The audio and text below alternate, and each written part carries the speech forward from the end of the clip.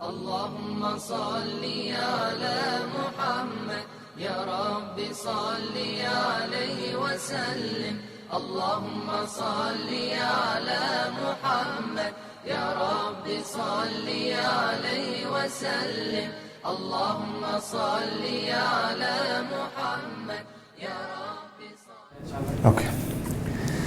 أعوذ بالله من الشيطان الرجيم. بسم الله الرحمن الرحيم. إن الحمد لله نحمده ونستعينه ونستهديه ونستغفره ونعوذ بالله من شرور أنفسنا ومن سيئات أعمالنا من يهده الله فلا مضل له ومن يضلل فلا هادي له وأشهد أن لا إله إلا الله وحده لا شريك له أشهد أن محمدا عبده ورسوله. اللهم علمنا ما ينفعنا وانفعنا بما علمتنا وزدنا علما يا كريم. We praise Allah subhanahu wa ta'ala, we thank Him, we ask Him for guidance. And whoever Allah subhanahu wa ta'ala guides, no one can misguide him. And whoever is misguided, there's no one to guide him, subhanAllah. We ask Allah subhanahu wa ta'ala to increase our knowledge, our wisdom, and to give us knowledge that's beneficial. طيب, I start today with a question. And it's a question that I ask a lot to people. And that is, being on the topic of, we're speaking about love in our lessons, in our durus. We talked about loving Islam, loving Allah. I want to ask you today, in general, from this world, who do you love? Who is the person that you look up to the most, that you think you want to look like, you want to be like, you want to be with? Who is that person? And we need to answer this question to ourselves sincerely, sincerely. And sometimes I find myself asking this question to myself, speaking to myself, that who do I really want to be like? Who am I struggling and striving in this life to be like? Now, a Bedu came to the Prophet ﷺ, and he came to ask him a question that was very deep. The question was, when is the time? When is the day of judgment? So he walked to the Prophet ﷺ and he asked him, when is the time? When is the hour? Mata sa'a? When is the hour? Now, Prophet Muhammad ﷺ, we have to admire his deep insight into education. Here's a person coming from the desert. Arabiyu. He's a Bedu. And he's coming to ask a very deep question. He's concerned about the day of judgment. The Prophet ﷺ could have said, I don't know. And we'll get to that first in a minute. I don't know. Allah knows. But he didn't. Why? Because he understood, sallallahu alaihi wasallam, the value of teaching. And we'll talk about Prophet Muhammad as a teacher. So he asked him another question. So he answered him with a question. Look at this. This is deep. Because in educational methodologies, you don't want to give the student the answer right away. You're teaching him something, you say, for example, a certain topic. So the student will ask you, oh teacher, can you tell me what's 2 plus 2? You can give him the answer, it's 4. But you can flip it on him and make him think, which he will remember for the rest of his life, for sure. But if you give him the answer, he might remember, he might not, he might have to revise the answer. But if you ask him to take 1, 2, 3, 4, put them together or something, or ask him a question. What do you think if you have 4, or a person has 2 apples, another person has 2 apples, you bring them together. Do you know what I mean? It's making him think. So the Prophet ﷺ asked him, asking me when is the hour? Okay, what did you prepare for it? What have you prepared for it? You want to know, you're concerned about the day of judgment? What have you prepared for it? Allahu Akbar. So the man very sincerely says, not too much. not too much. Meaning, he did only the threshold, what Islam requires. Praying 5 times. I didn't do too much sunnah, didn't do too much sunnah fasting, didn't do, too many things, too much sadaqah. But, he said, I love Allah and His Messenger. Allahu Akbar. Sincerely, he said, I didn't do a lot. Like, I prayed 5 times a day, what Islam requires me of. I did all the things that Islam requires me to do. But not much extra. But I love Allah and His Messenger. So the Prophet ﷺ said, Al-mar'u ma man hab, that the person will be or is with whom he loves.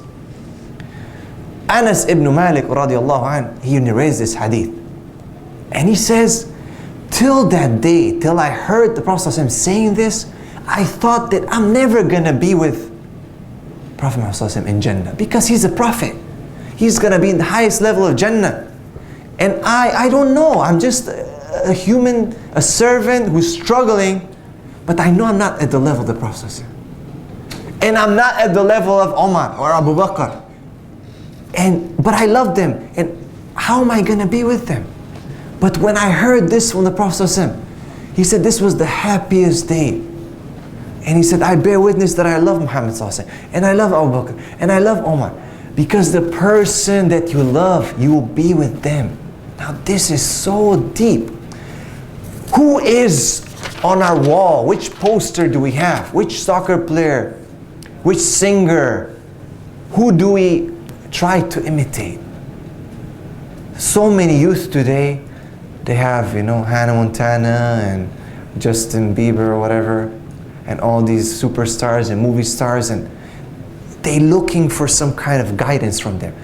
Whether it's a physical picture that they would like to follow, whether it's a fashion trend or something, they're looking towards something. And the human being, as an individual of society, is in need of a role model. Is in need of that. But of course, rationale, logic dictates that you take a good role model.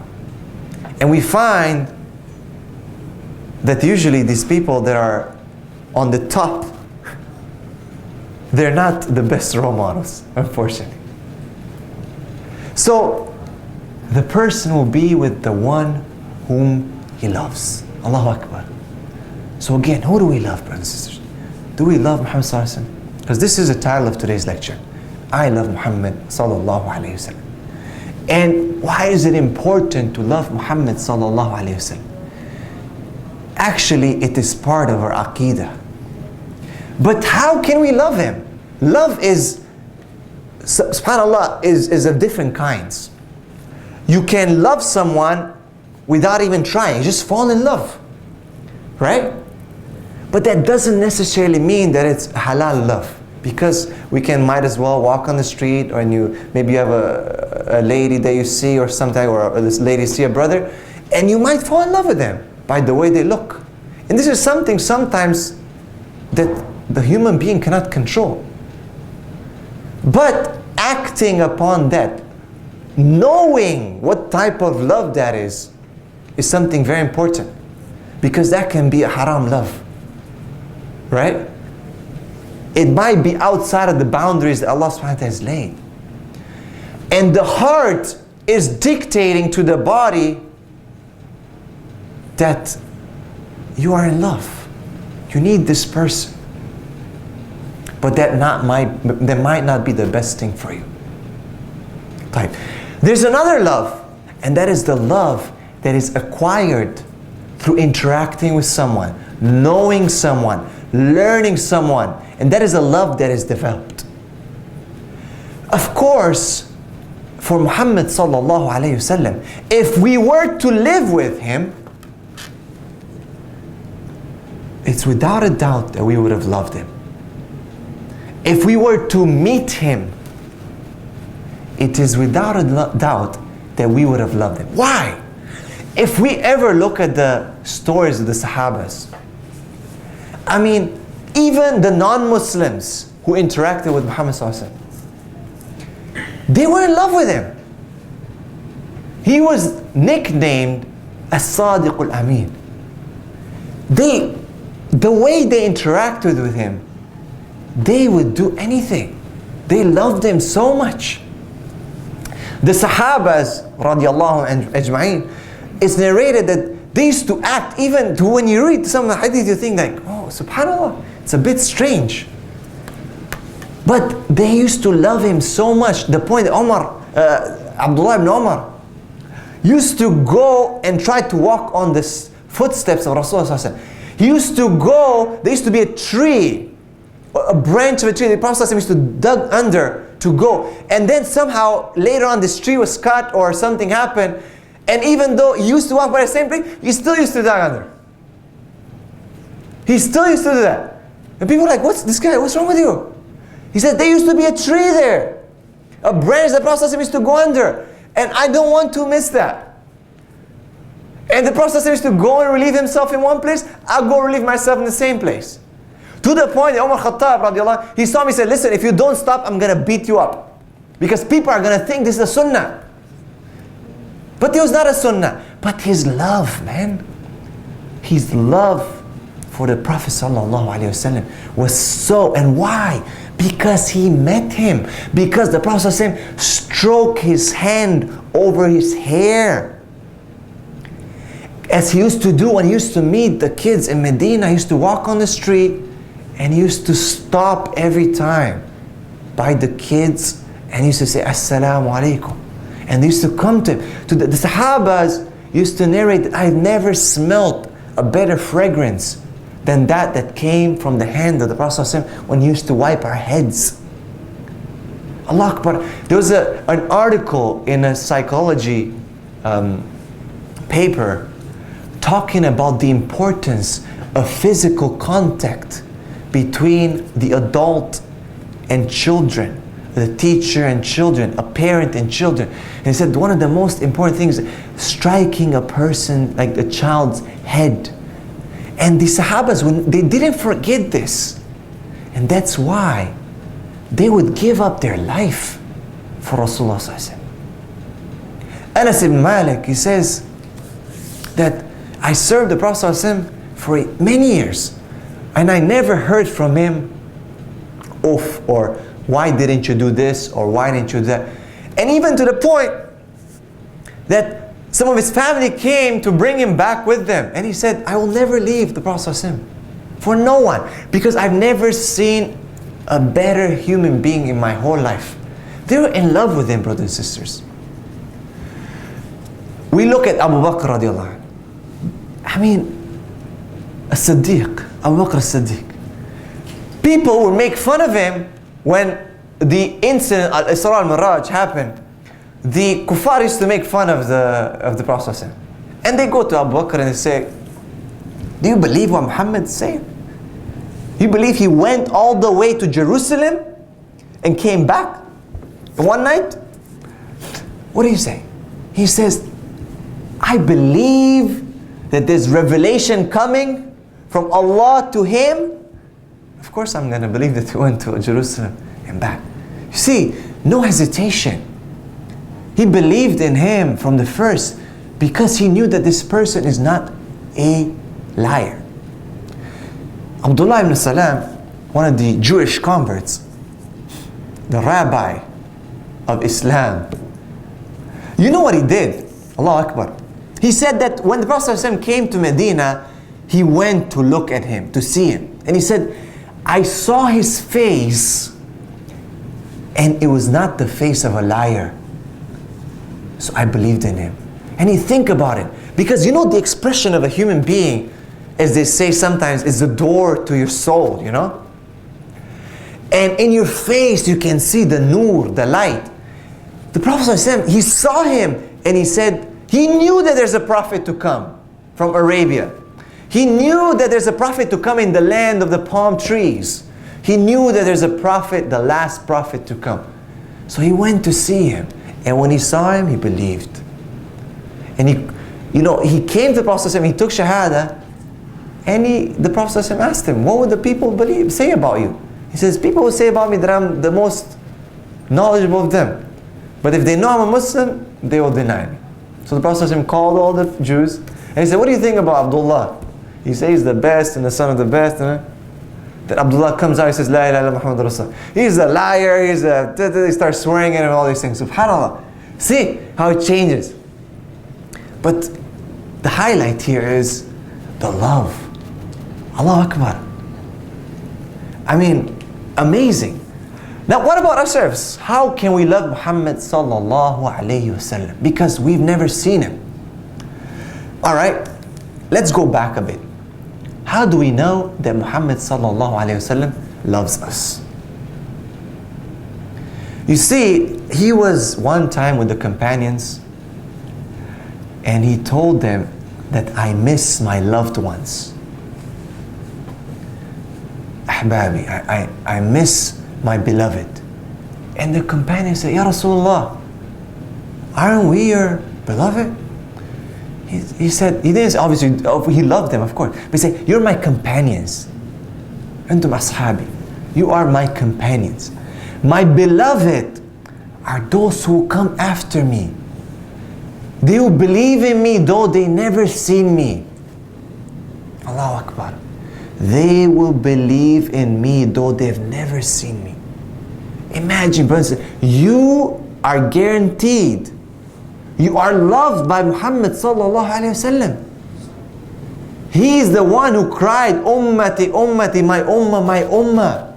He's the one who will be at the hawl, at the pool, the water, and he will wait for us to give us the drink that will quench our thirst forever. And he will hope for us. And people will come to him. And Allah will pull them back. And the Prophet says, again, his love, subhanallah, for his ummah. He will say, Ya Allah, these are my people, my ummah. Allah will say, no. You don't know what they did after you left. What they innovated after you left. Allahu Akbar. Now, we're not talking necessarily, but I want you to understand that even for, subhanallah, those people, the Prophet is hoping, he wants all of us to be with him. Because he loves us. He loved us even before we came here, right now, today. He knew that we will come. Think about, this is a miracle, brother and sister. Who would ever think, this is Muhammad sallallahu alaihi wasallam in the year, maybe 20 so, hijrah, or less. Nothing is established yet, maybe. Maybe the Fath al-Makkah didn't even happen yet. He is, with some people are following him, but they're still in Arabia. They're still in a small place. The future is still, from our side, if we would look from outside, it would still be uncertain. But not for him, sallallahu alaihi wasallam. This proves that he's a prophet. How can you say with certainty that I miss my beloved ones, those who will come after me and do believe? How do you know that it's not going to vanish? How many religions, how many philosophical systems have disappeared, have had only thousands of followers and that's it, and they died? But the Prophet is saying with yaqeen, with firm belief, that there will be people coming after who will believe in me. They're my beloved. And this is you and I, brothers and sisters. This is us that he's talking about, subhanAllah. Time. So let's go back. Let's go back to how can we love Muhammad sallallahu alayhi wa sallam. Well, as we said before, to love Muhammad sallallahu alayhi wa sallam, we need to know him. If we don't know him, we can't love him. If we don't know, we can't love him. How do we know? Knowing him is something paramount to how we spend our lives as Muslims. Wallahi, brothers and sisters, from the time we wake up to the time we sleep, there's something that we can relate to Prophet Muhammad sallallahu alaihi wasallam. We wake up, Alhamdulillah alladhi ahyana ba'da ma amatana wa ilayhi nushur. We praise Allah subhanahu wa ta'ala who has given us this, has raised us after. I mean, this is what the Prophet ﷺ taught us. We go to sleep. Allahumma bismika amut wa ahya. And everything, how we sleep on the right side, how we go on wudu to sleep. I mean, everything, how we eat with the right, everything. To the point, a non-Muslim came to Abu Hurairah radiallahu anhu, and he said, is it true that your Prophet teaches how to go to the toilet? How to wipe your back? And he didn't say like, oh yeah. He said, yes, indeed, he does. He teaches us even that. Because, brothers and sisters, if we say Islam is not a religion, but a way of life, then guess what? A way of life will not leave out even the smallest thing from our life. Not even that. So yes, the Prophet has taught us everything. But we need to know Muhammad Sallallahu Alaihi Wasallam. Knowing Muhammad Sallallahu Alaihi Wasallam today, especially in today's world, is very important because of all the things that are surrounding this persona. On one side, we have those people who are able to go beyond their prejudice and their ignorance and have moved to a status of knowledge, seeking knowledge about Muhammad Sallallahu Alaihi Wasallam, but they're not Muslim. But they've been fair. They've made an objective study of the life of Muhammad Sallallahu Alaihi Wasallam. And what did they say? Even if they didn't say he's a messenger, or some of them said that he's a messenger, but only sent to Arabs. But at least they said that this man is amazing. If you look at what George Bernard Shaw says, if you look at some of the other people who have, big, even today, John Esposito, when they speak about Muhammad Sallallahu Alaihi Wasallam, they will say that he was one of the most amazing, if not the most amazing individual, and have done in 23 years what no one has ever done in their whole life or in the history of humanity. On the other side, you have those people, a'udhu billah, who are looking only for something to attack so they can mislead people from the right path. And they are so hypocritical in their approach that they will accuse Muhammad Sallallahu Alaihi Wasallam of some things that are not true, or they will use some things from the general spectrum of life and twist it and put in a negative image. And this is because of their evil desires and their attempt to stop people from loving Muhammad Sallallahu Alaihi Wasallam. SubhanAllah. Now, how do we deal with this topic, brothers and sisters? Because love is, as we said, it's not an easy thing. And we need to love Muhammad Sallallahu Alaihi Wasallam. We need to love him. So let's try to know him a little bit. That who was he? Muhammad ibn Abdullah al-Qurayshi, al-Hashim. He was born, and if you look, his father died, Abdullah died, and his mother Amina died very early as well. So he's basically an orphan, being raised by his extensive family. Now think about it. Today, when we look around ourselves, we go to different countries, different parts of the world, India, Africa. You find orphans by the dozens, and they're the ones who are suffering the most, being raised without parents, sometimes being left to nothing. What kind of a life is that, brothers and sisters? Think about it. Maybe some of us have grown up without parents.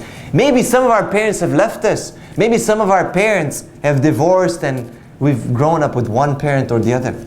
What a difficult life it was. Yes, maybe we grew up with our grandparents or uncles and so on, like the case of Muhammad Sallallahu Alaihi Wasallam. But it's a tough life. You're missing your parent, your mother, your father, that guidance that no one can replace. So he had a harsh life.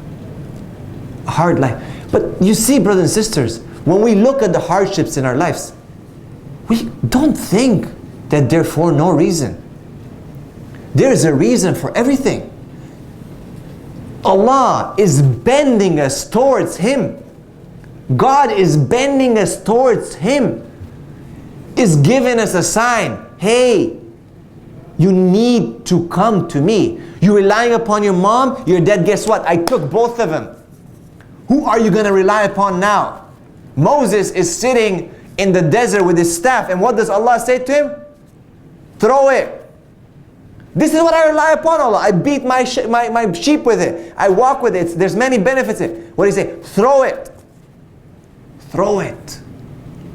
You have parents, they can go. You have wives and husbands, they can go. You have children, they can go. You have your job. Guess what? We've all lost our jobs so many times. Many times in our life we've lost money, our jobs, and everything that we think is support for us in this life. But the real support is Allah. Allah subhanahu wa ta'ala, the most loving, the most merciful, the one who is able to do anything. He is our real support. So Allah subhanahu wa ta'ala is training Muhammad sallallahu alaihi wasallam from the beginning to raise him, for him to understand what does it mean to grow up without parents. That when he will meet those kids on the street of Medina who might have no parents, that he will understand. That he laid down, Allahu Akbar, the rule.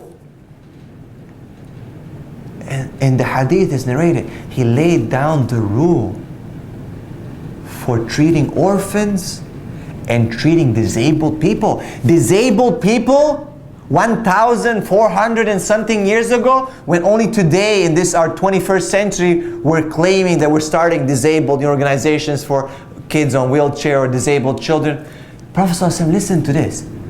He said that for those who leave weak offspring or orphans, weak offspring, it is upon us to take care of them.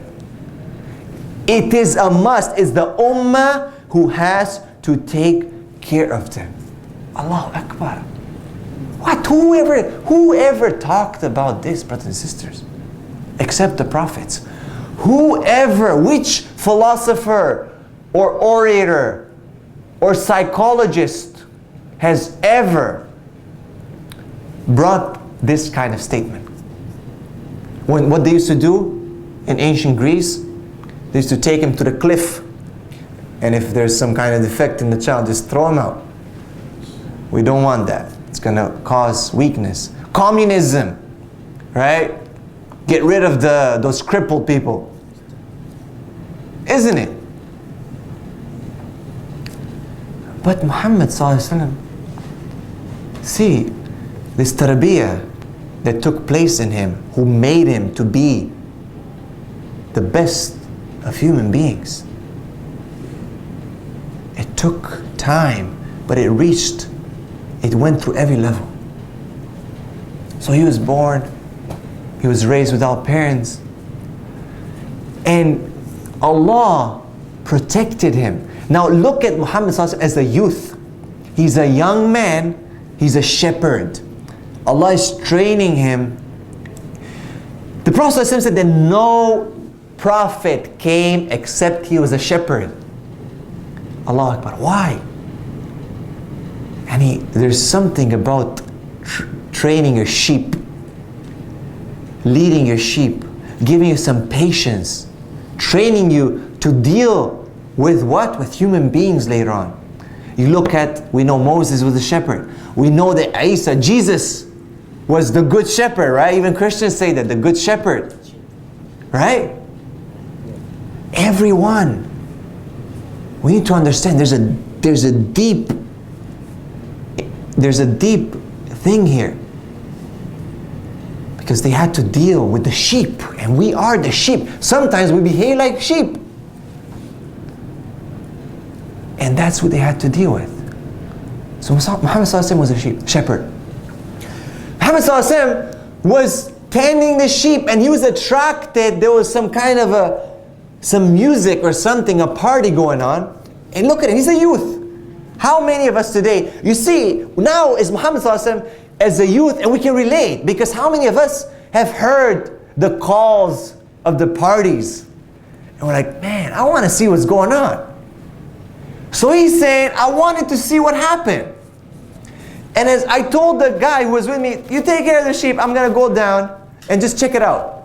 So he's going, and Allah subhanahu wa ta'ala protected him and made him fall asleep, so he doesn't reach there. Allah Akbar. Look at that. Look at that. He wanted to see. Don't misunderstand this hadith, but we need to relate. He wanted to see. Allah stopped him. Allah is preparing him. If we want to trot a path, the path that Muhammad ﷺ has trotted, we need to leave some things. We pray that Allah will protect us, but we also need to protect ourselves. So this is one thing we can take from here. Muhammad ﷺ is growing up in a society where fighting is very prevalent. Racism, hatred, discrimination towards women. Women are being buried alive. He sees all these negative things, and he doesn't like it. He doesn't like it. Now imagine, you are the only one in your society. Everyone is slaves here, slaves there, prostitutes, women, this, that. And you're the one who's not getting himself involved in these things. And people are realizing that. They know that what they're doing is not good, but they're just into it. And people are seeing him as this character that's removing himself from the society. Yet still, even though it contradicts what they believe and what they do, they admire him for who he is. To the point that they called him this truthful as-sadiq al-amin. And when it comes to the point that they're supposed to decide, they're about to kill each other over who's going to put the black stone back in the Kaaba after reconstructing. And when Muhammad ﷺ is coming, they said the first person who will come, will pick him. And he comes in, and they're all happy because it's Muhammad ﷺ. Because he has earned that respect, that trust from them. And look at the deep insight. They're going to fight. He says, no, take a blanket from four corners in the tribes, everyone will hold it, and we're all going to put it back. Look at his insight. Now, we need to understand, brothers and sisters, who is Muhammad? Where is he? He's in the desert. Have you been to Mecca? He's in sand, rocks and sand, away from civilization. The Romans and the Greeks used to make fun of the Arabs. They're dirty. They're coming from this desert smelling like camel waste. In that environment, you have this genius lighting up the path. All these big guys cannot figure out, yet Muhammad ﷺ is coming with this amazing solution. And of course, they loved him. Abu Talib loved him. Everyone loved him. But then something happens. He's in the cave, as he would always go, and all of a sudden, someone speaks to him. And he says, Iqra. Imagine, have you been to the cave of Hira? Has anyone been? Have you been? You've been in the morning. Imagine at night. How hard is it to climb? Now there's some stairs, a little bit. Imagine before there's no stairs. How hard is it to climb? Not just that. How dark is it? There's monkeys there. There's like beasts. And he's sitting in that darkness, and all of a sudden, Iqra. Oof. Not just that. Grabs him, squeezes him. Iqra. Mada biqari. I'm not a reader. I don't know how to read or write. Iqra. اقرأ باسمك الذي خلق. الله أكبر. خلق الإنسان من علق. اقرأ وربك الأكرم الذي علم بالقلم علم الإنسان ما لم يعلم. Allah Akbar. Imagine that. That incident changed everything. He's Muhammad, the most beloved, as-Sadiq al-Amin, and just not too long after, he becomes one of the most hated to Al-Quraysh. To his own people, his own blood. Because what? That only statement, Ashhadu an la ilaha illallah wa anna Muhammad Rasulullah. They said, what is this? What have you brought?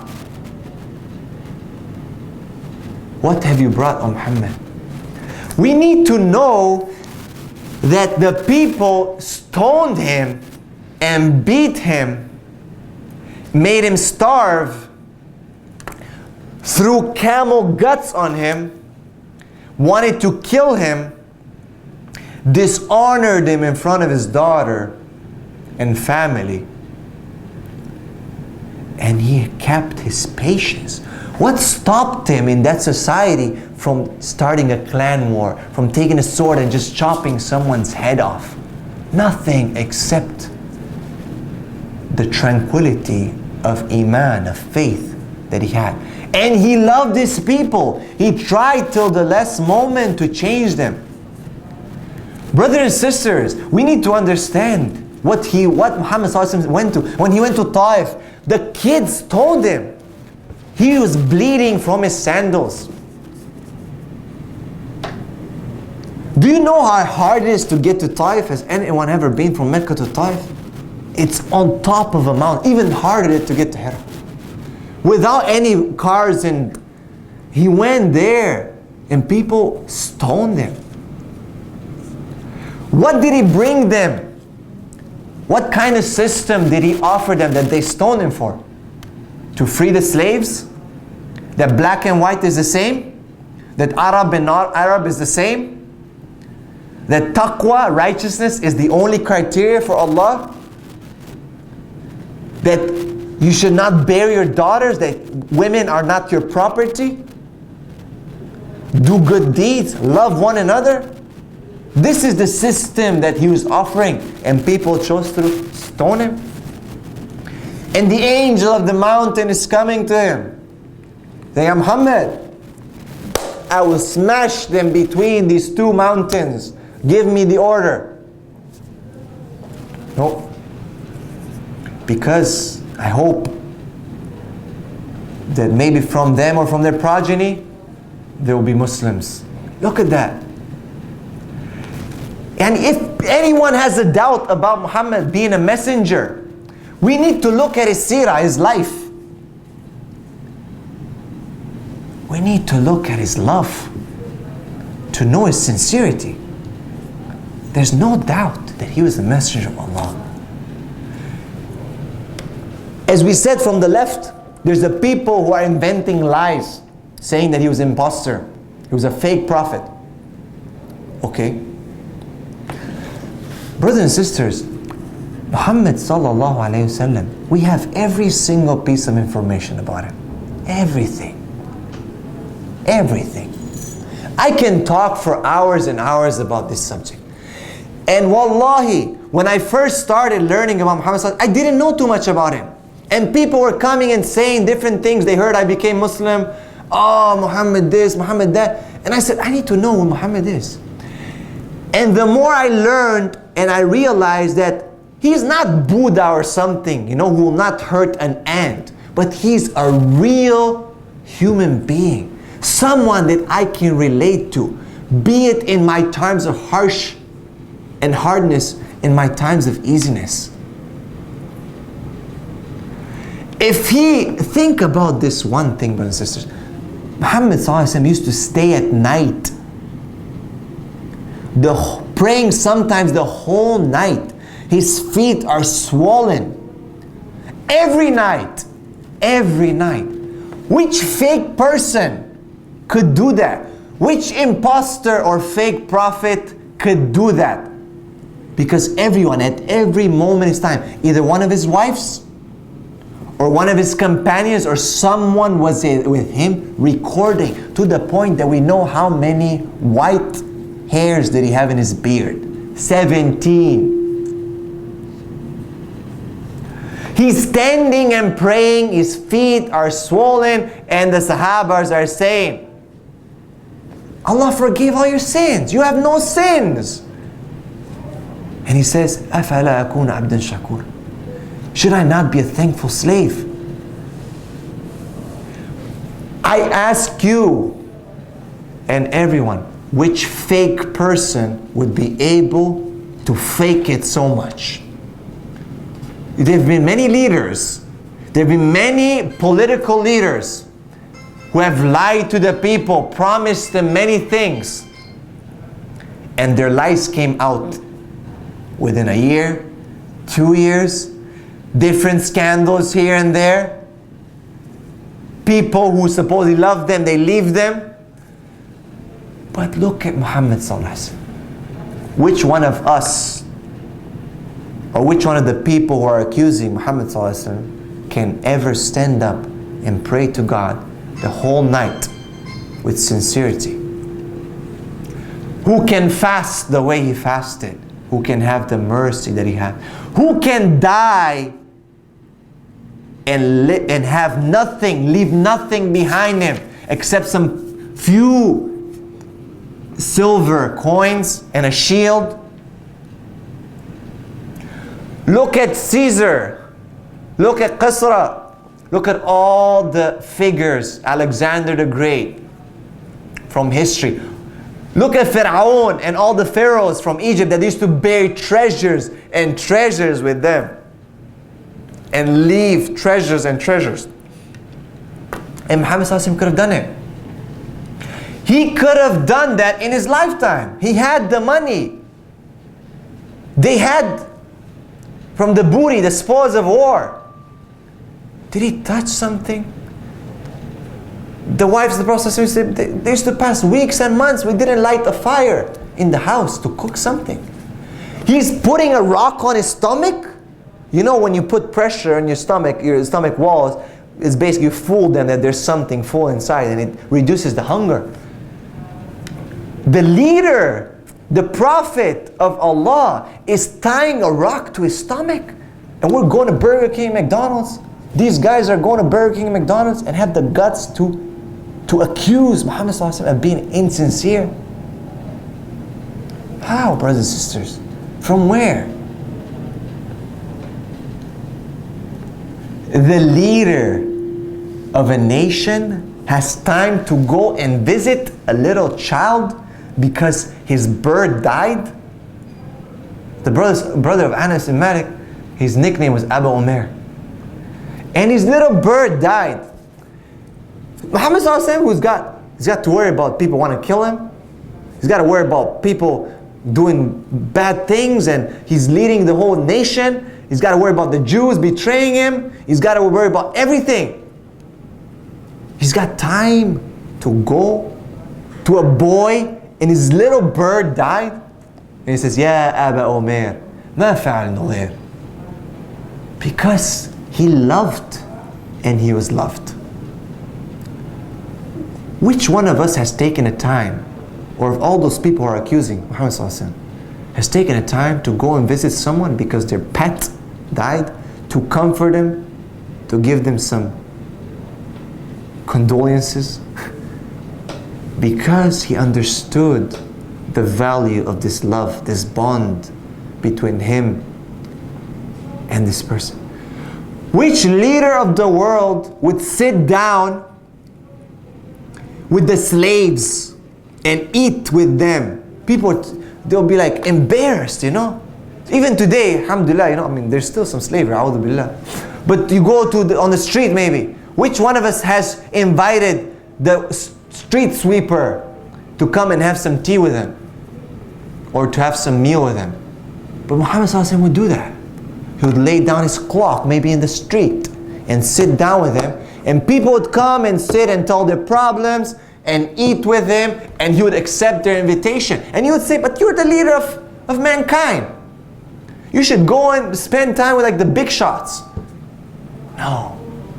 Because he loved and he was loved. Little girl comes and grabs his hand and walks him throughout Medina, showing him this and that. And today we're like, get away from me, I don't have time. He's walking with her everywhere. And she's taking him, showing him this, telling him about that. She has this problem or that. And he's listening. Yani, don't we love him? Do you understand the value of this man? But yet he was not Buddha. He was not the person who would not hurt an ant. He understood what life is. So when it came to it, he became a tiger, a lion. When it came to it, he became strong and brave. So we can identify again, because sometimes in our life we can't just be soft. Sometimes in our lives we have to be strong. We need to be strong sometimes. Sometimes we need to stand up. It cannot be just about softness and mercy. Sometimes you have to be strong in your life.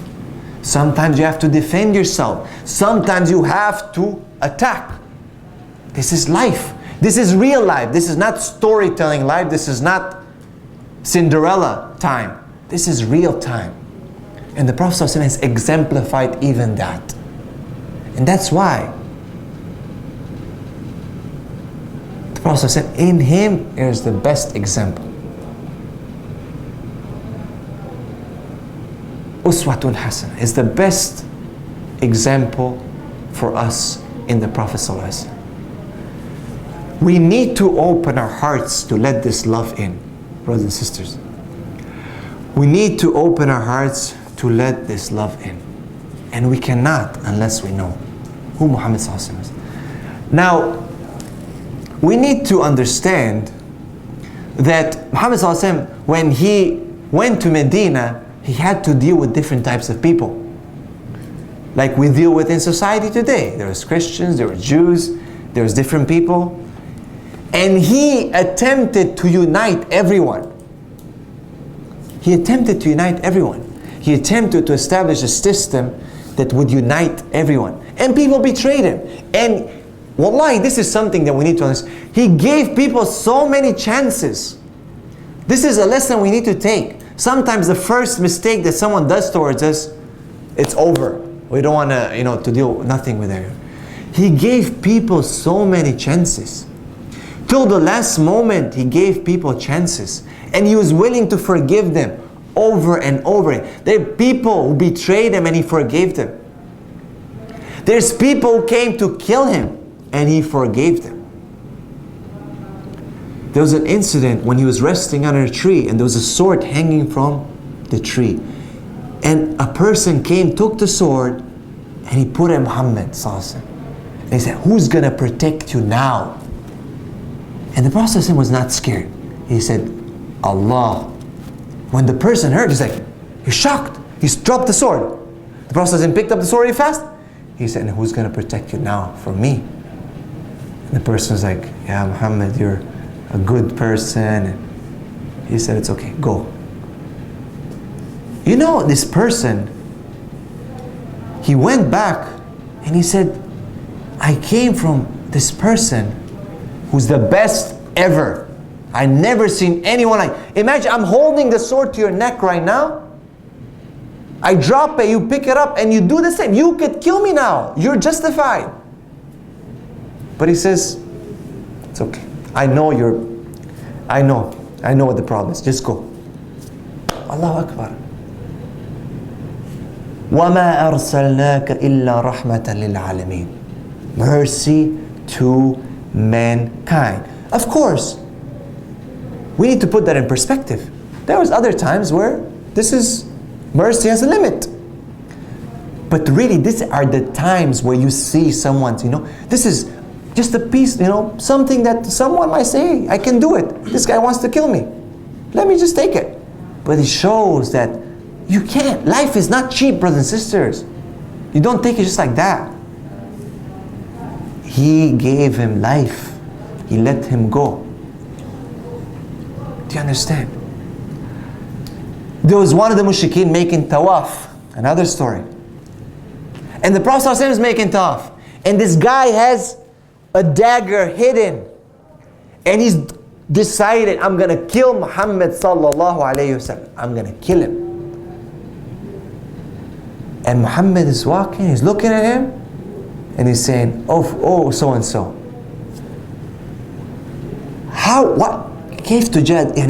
are you arguing inside yourself? You're debating something. What are you doing? He said, oh, nothing, oh Messenger of Allah. I'm just remembering Allah. So he's okay. He keeps going. Again, he sees him that this guy is like, he wants to kill him. He's got the dagger ready. He's going to stab him. He says, oh, so-and-so, what are you thinking? What are you debating inside yourself? He says, nothing, O Messenger of Allah. Look, he's even calling a Messenger of Allah. That he wants to kill him. He says, nothing. I'm just debating with myself. And again, same thing. And at one point, Muhammad ﷺ turns to him and just puts his hand on him and tells him a few words. And all of a sudden, this person changes. He says, before this, I wanted to kill you. You were the most hated person to me. And now you're the most beloved. Allahu Akbar. He could have said, Ya Sahabas, he's trying to kill me. I know he's killing, I know. The angel Jibreel could reveal, send wahi. He knew. No. It's okay. Allah is the one who protects. He could, Umar Khattab would have been ready to just take him. No. He wanted to wait for that moment to reach his heart. And that Sahaba became one of the greatest. What? Again, going back to the love. We need to, yes, we don't have Muhammad ﷺ with us anymore. We don't have him anymore. But we have his legacy. ومن تبعهم بإحسان إلى يوم الدين ومن استنى بسنته إلى يوم الدين. Whoever follows this path of the sunnah till the day of judgment. We have everything, brothers and sisters. As we said, this is our path. We have everything. Why? Again, these people were with him, looking at him, living with him, and they loved him. Why? What did they see? What did Uthama, I believe his name is, Al-Yamani, what did he see when he was captured? He was one of the worst enemies of Islam, killing Sahabas. And they captured him. And they brought him to the Prophet. He tied him, where? In the masjid. He tied him in the masjid and he led him here. And the Prophet would come to him and he said, what are you doing? Like, what's your status? He says, oh Muhammad, if you kill me, you can kill me because I killed your companions. It's okay. If you let me go, I'll be a thankful person. So you'd give him some, a couple of milk. This guy kept wanting more and more. Second day would come to him. How's your status? If you kill me, you can kill me. He's being even arrogant, actually, subhanAllah. If you let me go, I'll be thankful. Third day, fourth day, or so on, so many days. Last day, the Prophet comes, same question. Oh Muhammad, if you kill me, if you let me go, I'll be a thankful person. He says, untie him, let him go. He goes, they carry on with their things in the masjid. He comes back, he's all wet, like he took a shower. What does he say? Ashhadu an la ilaha illallah, ashhadu anna Muhammadan Rasulullah. But why? This is now something very important, because they asked him, He's narrating this and he's saying, I was sitting there in the masjid. Think about it. He's in the masjid, tied. So what's happening in the masjid? They're spending their activities in the masjid. They're praying, they're meeting. So he says, I'm sleeping and all of a sudden, I see this slave, this African slave, calling some weird noise. Allahu Akbar. He said, I wake up, I'm like, what is this guy doing? He's like, if you had done this where I come from, you'd be killed. He's doing this to Arabs. And they had this pride, this racism. And he says, then he's pushing Abu Bakr and Arab and Omar, Bilal, this is Bilal radiallahu anhu. He's pushing him, he's lining up everyone, imagine. He says, I look at this and I was like, what's going on, man? This guy is doing this, how come? Everyone love each other, they're brothers, colors, different tribes. He said, I was shocked. And slowly Iman entered his heart. Because he realized what Islam was. He saw them praying. He saw them that no matter what color or what race or what, Islam has taken out anything and has united them in brotherhood. So he observed Muhammad teaching the Sahabas in the masjid, and he observed the results of those teachings, and he fell in love.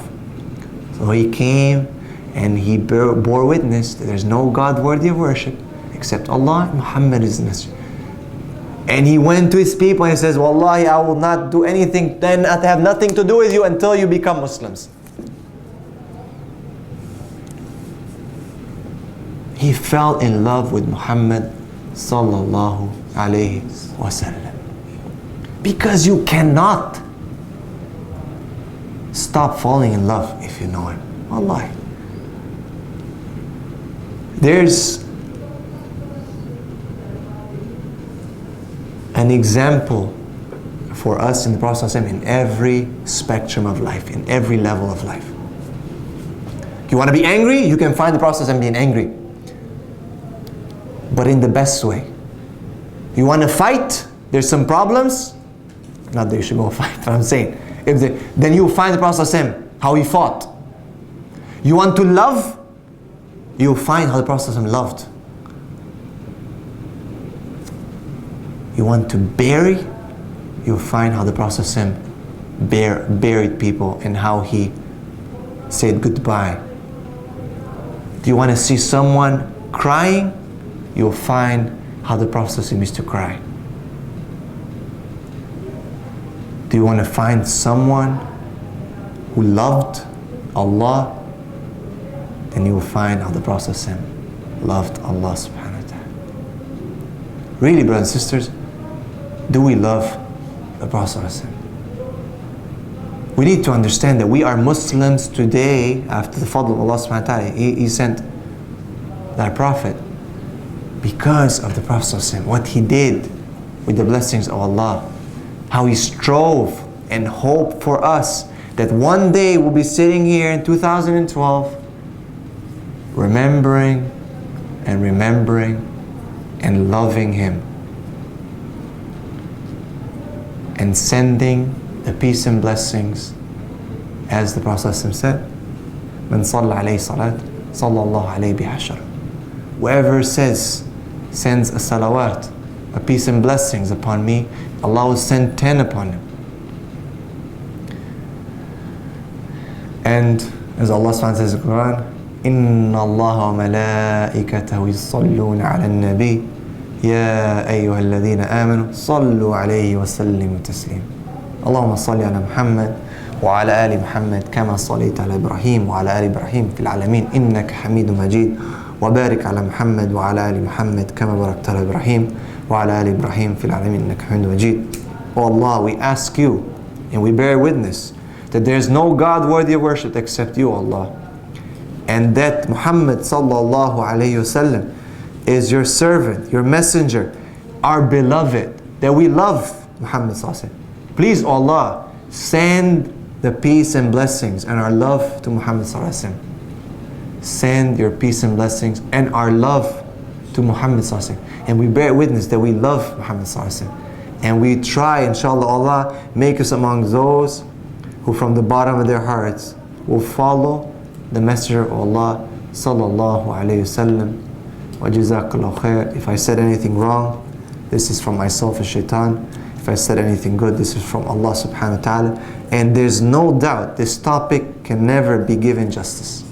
I've only scratched the surface and hoping that inshallah you will follow in learning about the Messenger. And to give you the last advice, remember, Muhammad sallallahu alaihi wasallam is a human being, the best of human beings, the best prophet. But remember to put things in perspective. Remember life, how life is, and you want to see the best example of life dealing with every situation. It was Muhammad sallallahu alaihi wasallam. Not an ascetic such as the priests or the monks or the Buddhists. Not a person of dunya, not a king, nothing but the person, the balance of life, the messenger of Allah sallallahu alaihi wasallam, that we can all love. And we hope that Allah subhanahu wa ta'ala puts more love in our hearts towards Him. Jazakallahu khair. If there's any questions, inshallah, we'll take a few minutes. If not, then may Allah subhanahu wa ta'ala reward you and bless you. And inshallah, next week, we will continue with I love Jesus. Peace be upon Him. Alhamdulillah. Because Muslims, we love Jesus. Of course we do. Alhamdulillah.